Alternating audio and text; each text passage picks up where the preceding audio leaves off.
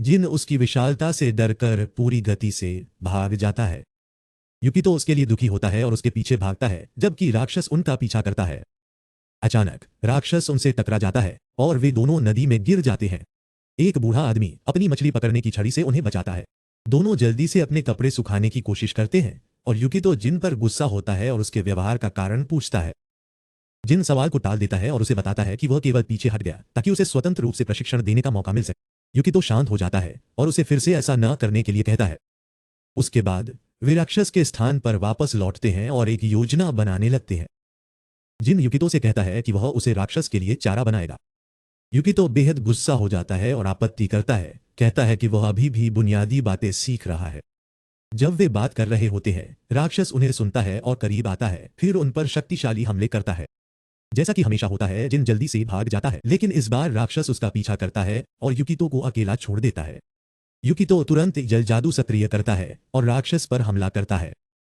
जिन अपनी गलती का एहसास करता है, अपनी जादुई ऊर्जा सक्रिय करता है और राक्षस पर हमला करता है, उसे चीर देता है। हालांकि राक्षस फिर से आकार ले लेता है और जिन को घेर लेता है, लगभग उसे मार डालता है, जब तक कि एक और व्यक्ति दृश्य पर नहीं आता। यह न जानो न शनि ने समय भरा दिन सिखों में हारू अपनी जादुई ऊर्जा सक्रिय करता है और एक विस्फोटक प्रहार करता है जो राक्षस को पूरी तरह से नष्ट कर देता है। युकितो हारू की शक्ति से प्रभावित होता है और उसका धन्यवाद करता है।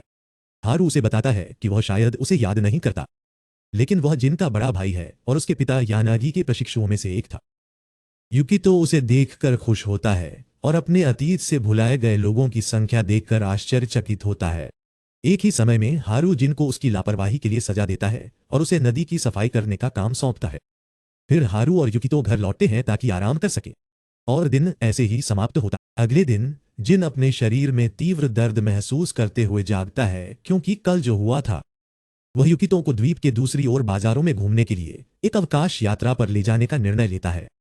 वे वहां जाने वाली ट्रेन में सवार होते हैं और युकितो ट्रेन के पानी पर चलने के दृश्य से प्रभावित होता है। वे एक साथ घूमते हैं, लेकिन जिनका दिन शांतिपूर्ण नहीं होता, क्योंकि वह लगभग हर किसी से बहस करता है जिससे वह मिलता है।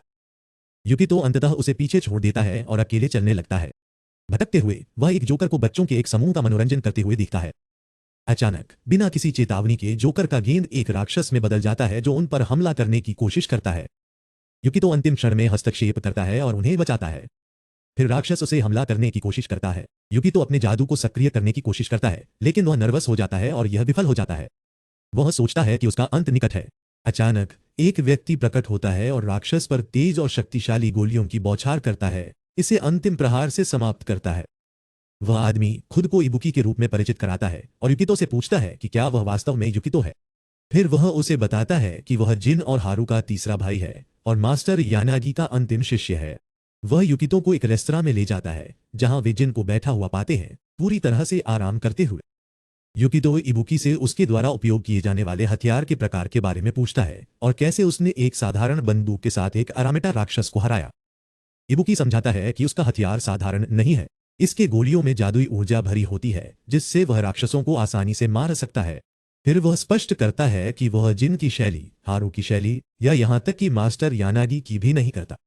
वे अरामेटा राक्षसों को उनके अंदर के जहर से शुद्ध करते हैं, जबकि वह उन्हें पूरी तरह से समाप्त कर देता है, कोई निशान नहीं छोड़ता। युकितो उसके शब्दों से परेशान होता है और उससे पूछता है कि वह उन्हें क्यों मारता है। इबुकी जवाब देता है कि केवल उन्हें शुद्ध करना उन्हें वापस आने और लोगों पर फिर से हमला करने की अनुमति देता है, इसलिए उन्हें मारना मानवों की सुरक्षा के लिए सबसे तेज और सुरक्षित समाधान है।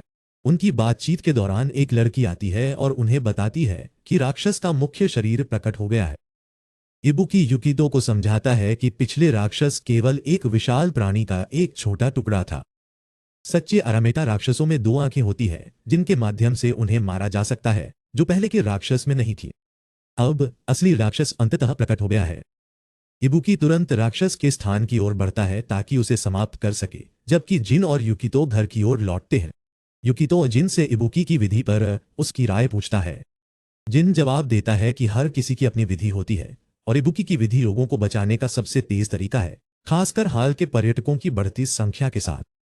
वह यह भी समझाता है कि इस मुद्दे के कारण इबुकी और हारू के बीच बड़े संघर्ष है और उनके बीच में शामिल होना बेहतर नहीं है। अचानक जमीन जोर से हिलने लगती है और वे महसूस करते हैं कि इसका कारण राक्षस है। वे तेजी से उसकी जगह की ओर दौड़ते हैं। बिना किसी हिचकिचाहट के युकितो राक्षस के क्षेत्र में प्रवेश करता है और उस पर हमला करता है, लेकिन उसका हमला बहुत कम प्रभाव डालता है। जिन अनिमन्य से उस क्षण सैनिकों ने राक्षस को विचलित करने के लिए भारी गोलियों की बौछार करना शुरू कर दिया और यह स्पष्ट हो जाता है कि वे इबुकी के अधीनस्थ हैं। इबुकी अंततः आता है और एक अजीब शक्ति सक्रिय करना शुरू करता है। जिन समझता है कि क्या हो रहा है और उसे रुकने के लिए चिल्लाता है, लेकिन इबुकी जवाब नहीं देता। एक काली रोशनी क्षेत्र को घेर लेती है, इबुकी का रूप बदलता है और एक दैत्यात्मक हाथ प्रकट होता है। राक्षस उसे हमला करने की कोशिश करता है, लेकिन उसे छू भी नहीं सकता। इबुकी उसके सिर को पकड़ता है और एक ही क्षण में उसे फाड़ देता है। युकितो उस दृश्य को देखता है और उसके भीतर डर, चिंता और सदमा के भाव मिल जाते हैं। जिन उसे बताता है कि इबुकी ने मनुष्यों के लिए निषिद्ध जादू का उपयोग किया, जो अरामेटा राक्षसों की शक्ति को अवशोषित करने और इसका उपयोग उनके खिलाफ करने पर आधारित है। वह जोड़ता है कि इस प्रकार का जादू अत्यंत क्रूर है और ऊर्जा के संतुलन को बाधित करता है। जो कुछ हुआ उसे देखने के बाद युकितो और जिन निर्णय लेते हैं कि फिलहाल वे द्वीप पर लौटेंगे ताकि हारू को सब कुछ सूचित कर सके। वे क्षेत्र छोड़ देते हैं और हारू के घर की ओर बढ़ते हैं। उसके दो छात्र उनका गर्मजोशी से स्वागत करते हैं और उन्हें जगह दिखाना शुरू करते हैं। चलते चलते वे अचानक जमीन पर फिसल जाते हैं और जिन भी उनके साथ फिसल जाता है, जिससे उनके कपड़े कीचड़ से भर जाते हैं। तीनों गर्म पानी के झरनों में स्नान करने का निर्णय लेते हैं।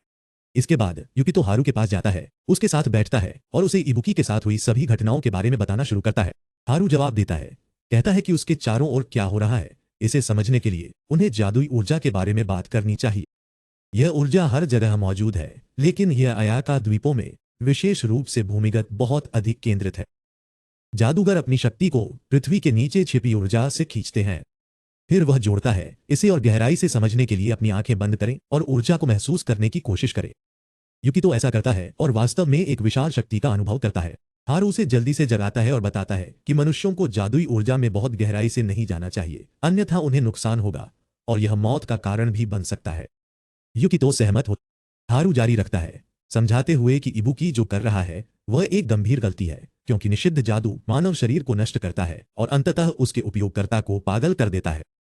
युकितो इसे अच्छी तरह समझता है, हारू का धन्यवाद करता है और चला जाता है। जैसे ही वह बाहर कदम रखता है, वह हारू के दो छात्रों से मिलता है, जो उससे थोड़ी देर के लिए उनके साथ प्रशिक्षण देने के लिए कहते हैं।